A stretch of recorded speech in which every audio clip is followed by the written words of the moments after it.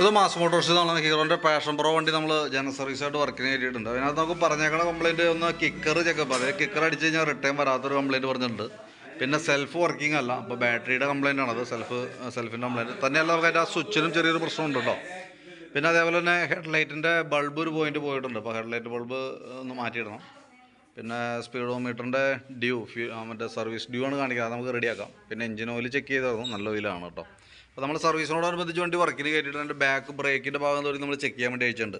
Break ലൈൻഡറൊക്കെ നമുക്ക് നല്ല ലൈൻഡറാണ് കിടക്കണേ. കമ്പനി ലൈൻഡറൊന്നുമല്ല, പക്ഷേ പുതിയ ലൈൻഡറാണ്. അപ്പോൾ തൽക്കാലം നമുക്ക് ക്ലീൻ ചെയ്തിടാം. അപ്പോൾ ഈ ലൈൻഡർ ഉപയോഗിക്കുമ്പോൾ പ്രോബ്ലം ഇതിനകത്ത് ശരിക്കും പറഞ്ഞാൽ പൊടി കൂടുതലായിരിക്കും. ബ്രേക്ക് പിടിക്കുമ്പോൾ സൗണ്ട് കൂടുതൽ വരാൻ സാധ്യതയുണ്ട്. തൽക്കാലം ഇത് ഉപയോഗിക്കുക, കാരണം എന്തെങ്കിലും കാശ് കൊടുത്ത് മേടിച്ചേക്കല്ലേ. പരമാവധി യൂസ് ചെയ്താൽ മാറ്റേണ്ട സമയത്ത് ഒറിജിനൽ ലൈൻഡർ ഇടാനായിട്ട് ശ്രദ്ധിക്കുക കേട്ടോ.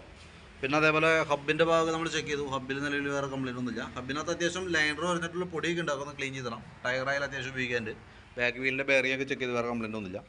ഈ നമ്മുടെ വീലിൻ്റെ ഡാംബർ റബ്ബർ സെറ്റ് കംപ്ലയിൻ്റ് ആണ്, അത് നമുക്ക് മാറ്റിയിടാം കേട്ടോ. മൊത്തം പൊട്ടി കിടക്കണം. പിന്നെ അതേപോലെ തന്നെ ചെയിൻ ലൂസ് ഉണ്ട്, അത് നമുക്കൊന്ന് ടൈറ്റ് ചെയ്തിടാം. പിന്നെ അതേപോലെ എയർ ഫിൽറ്ററും പ്ലഗും മാറ്റേണ്ട ഒരു ടൈം ആയിട്ടുണ്ട് കേട്ടോ. എയർ ഫിൽറ്ററും പ്ലഗും നമുക്ക് മാറ്റേണ്ട ഒരു ടൈമിലേക്ക് എത്തിയിട്ടുണ്ട്. അപ്പോൾ അതൊന്ന് ചേഞ്ച് ചെയ്തിടണം. പിന്നെ അതേപോലെ ബാറ്ററി നമ്മൾ നോക്കുന്ന സമയത്ത് ബാറ്ററി വണ്ടി വന്നപ്പോഴുള്ള ബാറ്ററിയാണ്, എക്സൈഡിൻ്റെ ബാറ്ററിയാണ് വണ്ടിയിൽ ഇരിക്കണേ.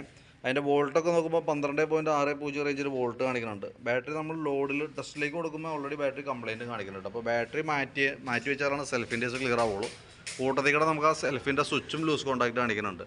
അപ്പോൾ സെൽഫ് സ്വിച്ചും ബാറ്ററി മാറ്റി വെച്ചാൽ ആ പ്രോബ്ലം അവിടെ സോൾവ് ആയിക്കോളും. പിന്നെ നമുക്ക് ഫ്രണ്ട് വീലും കൂടി നമ്മൾ അഴിക്കും. ഫ്രണ്ട് ബ്രേക്കിൻ്റെ ക്യാമൊക്കെ ഒന്ന് അഴിച്ച് നമ്മൾ ഗ്രീസ് ചെയ്ത് റീസെറ്റ് ചെയ്യാം. അപ്പോൾ ബാക്ക് വീൽ അഴിച്ചാണ്, അതിനുശേഷം നമ്മൾ ഫ്രണ്ടും കൂടി അഴിച്ചിട്ട് ബ്രേക്ക് ക്യാമൊക്കെ ഒന്ന് അഴിച്ച് ഗ്രീസ് ചെയ്യും കേട്ടോ.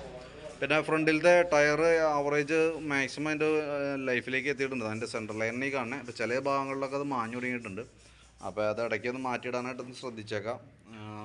ഇടുമ്പോൾ നമുക്ക് ഇതേപോലെ തന്നെ യൂസ് ചെയ്യണമായിട്ട് നല്ലത്. അപ്പോൾ ബാക്കിലൊക്കെ കട്ട കൂടുതലുള്ള മോഡലിട്ടാണ്. അപ്പോൾ അതേപോലത്തെ ഒന്നും ഫ്രണ്ടിലിടരുത്.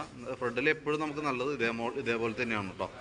പിന്നെ അതേപോലെ തന്നെ പ്ലഗിൻ്റെ ഞാൻ പറഞ്ഞിട്ടുണ്ടായിരുന്നു. പ്ലഗും കൂട്ടത്തിൽ കൂടെ നമുക്ക് മാറ്റിയിടേണ്ട അത്യാവശ്യമാണ് കേട്ടോ. കാരണം എയർ ഫിൽറ്ററും പ്ലഗും കൂടി ഒരുമിച്ചാണ് നമുക്ക് മാറ്റേണ്ടി വരാം. എഞ്ചിൻ ഓയിൽ നമ്മൾ നോക്കി ചെക്ക് ചെയ്തായിരുന്നു, നിലവിൽ വേറെ കംപ്ലയിൻ്റ് ഒന്നുമില്ല, നല്ല ഓയിലാണ് കിടക്കുന്നത് കേട്ടോ.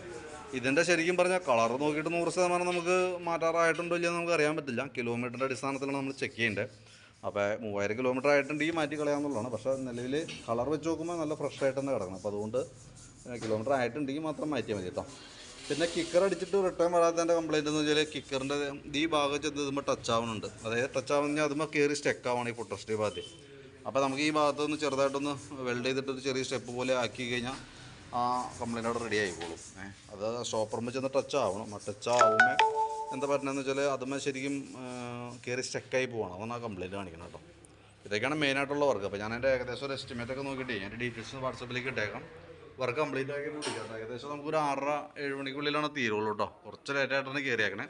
അപ്പോൾ അതും പ്രകാരം ആ രീതിയിലാണ് തീരുള്ളേ. അപ്പോൾ ഞാൻ വിളിച്ചിട്ട് വന്നാൽ മതി. എന്തെങ്കിലും അതിൻ്റെ ഡീറ്റെയിൽ ആയിട്ടുള്ള എസ്റ്റിമേറ്റ് വാട്സപ്പിലേക്ക് സെൻഡ് ചെയ്തിട്ടേക്കാം. ഓക്കെ.